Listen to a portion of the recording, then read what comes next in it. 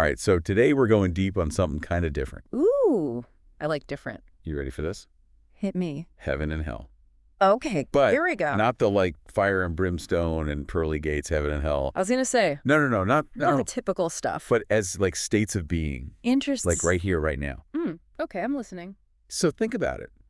Have you ever I'm intrigued. caught yourself like just feeling these like little slices of heaven or hell in your everyday life?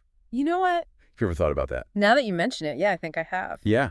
That's pretty interesting. So that's what we're diving into today. Okay, let's do it. And to help us unpack all this, we're going to be looking at excerpts from this text. Okay. Heaven and Hell, the Inner Realms Within Us.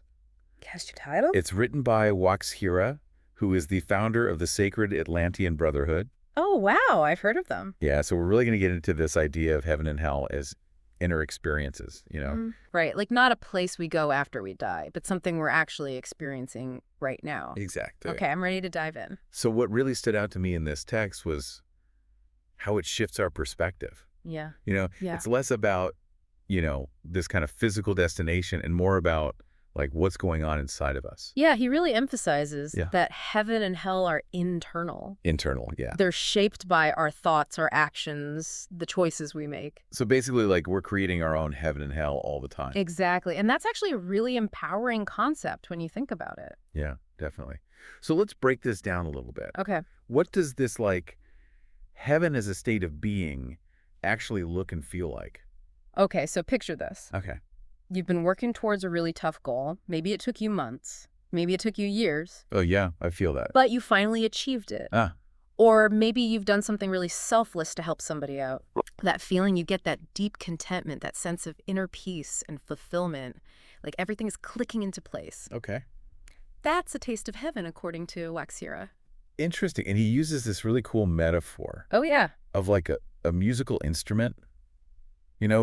Like when a musical instrument is perfectly tuned, all the strings are vibrating in harmony. Exactly. And that's what heaven feels like. It's that inner harmony, that alignment with our true selves. I love that. So it's not about like external circumstances. It's about this internal state of harmony. Precisely. Okay, but what about the flip side? Right. Hell. Yeah. If heaven is like this beautiful symphony, what's the opposite of that? Well, think of it this way. Hell is like that instrument, but it's completely out of tune.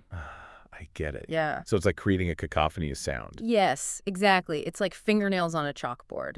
It's that inner turmoil, the dissonance, Right, like when your thoughts and actions are clashing with each other. Yeah. Precisely. Or when you feel like you're betraying your own values. It's like that nagging sense of regret.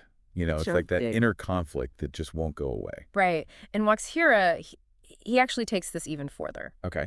He says that the worst kind of hell, the absolute worst, is a life devoid of meaning or purpose. A life without purpose. Yeah. That's heavy. He argues that we're all born with this unique purpose, like a divine blueprint. And when we ignore that purpose, when we betray it, that's what leads to this profound suffering. So it's not about like the literal fire and brimstone. It's about that emptiness that we feel when we're not living authentically. Exactly. It's like we're going against the grain of our own being. Okay, that makes total sense. But that begs the question, how do we find this purpose? Yeah, like how do we find this blueprint that Waxhira is talking about? That's the million-dollar question, isn't it? Yeah. Well, Waxhira, he's a big advocate for introspection, really taking the time to go inward, to connect with our deepest values, our aspirations. So it's about like quieting the external noise and really tuning into our own inner guidance system. Exactly. He also emphasizes mindfulness, right, which is the practice of paying attention to the present moment without judgment. So it's about being present. Yes, being fully present in our experience. Okay, so we've got introspection, we've got mindfulness. Right. But how do we take that inner knowing and actually create a more heavenly experience in our daily lives? That's where ethical living comes in. Okay. Waxhira, he sees ethical living as like a direct path to experiencing inner heaven. Interesting. So it's about aligning our actions with our values. Exactly. When our actions are in harmony with our values, that's when we create more harmony within ourselves and also in the world around us. It's like what you were saying earlier about the instrument being in tune. Right. Our actions are like the musical notes. Yes. And when they're played in harmony with our values, that's when we create that beautiful symphony. I like that analogy. It's beautiful. And Waxira, he goes on to outline these specific practices for cultivating this heaven on earth, you know? What kind of practices? He talks about practicing compassion, forgiveness, gratitude, and striving to live in service to others. Wow. Yeah. So it's not just about personal fulfillment. No. It's about contributing to the greater good. Exactly. It's about recognizing that we're all interconnected. It sounds like creating this heaven on earth, it's like an ongoing process. It is. It's a constant striving towards alignment, you know? Yeah, and it's not about achieving some kind of perfect state of bliss. Right. It's about continuously making choices that move us in the direction of greater harmony. Greater purpose. Exactly. So much to think about here. Isn't there a lot to unpack? This deep dive has really got the wheels turning. Good. I like that. And it makes me wonder if you could consciously choose to experience more heaven in your daily life. What one small step could you take today to shift your thoughts, your actions or intentions in that direction? That's a powerful question. It is. And I think it's something we can all reflect on.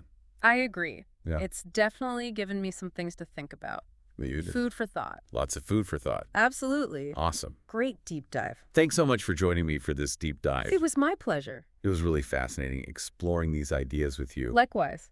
And for all of you listening out there, keep those wheels turning. Yeah. Keep thinking. Because the journey to heaven, well, it starts right here. Right here, right now. Right now. I like it. All right. Until next time. CSD.